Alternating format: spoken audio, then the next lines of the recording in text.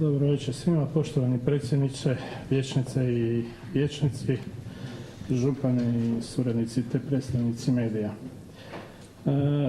Htio bih dati jedan prijedlog, nije pitanje, vezan za stanje sigurnosti na cestama i prometnu signalizaciju. Skrenuo bih pažnju na veliki broj nesreća u kojima sudjeluju na našim istarskim cestama motociklisti, odnosno vozači vozila na dva kotača. Istra kao popularna turistička destinacija privlači sve veći broj motociklista i biciklista. Osim sa svojim ljepotama, razlog dolaska u Istru su i ceste koje su izuzetno atraktivne za takvu vožnju.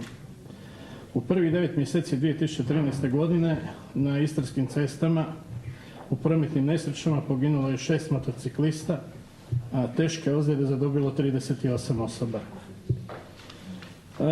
Stoga bi predložio jednu možda sitnicu, a koja bi mogla pomoći da se na istarskim cestama po kojima se kreće veliki broj motociklista postave ploče sa upozorenjem na njihovu povećanu prisutnost u prometu po uzoru na postojeće u drugim zemljama Europske unije.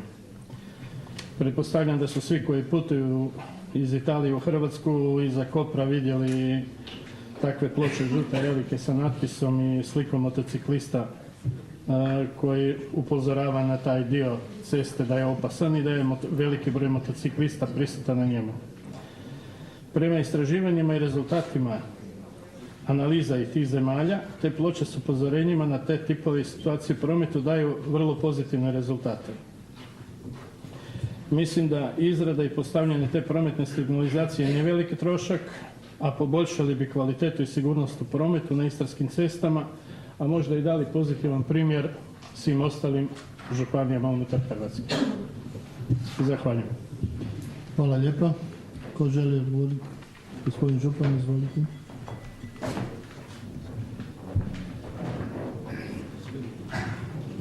Da, evo, ne želim odgovoriti, već zahvaliti. Reći jedno veliko iskreno hvala na inicijativi i hoću tu inicijativu proslijediti i policijskoj upravi na razmatranje, ali i vlasnicima cesta, dakle i hrvatskih cesta, odnosno županijskih i nerazvrstanih cesta, da se onda zajedničkim snagama to pokuša regulirati, odnosno riješiti.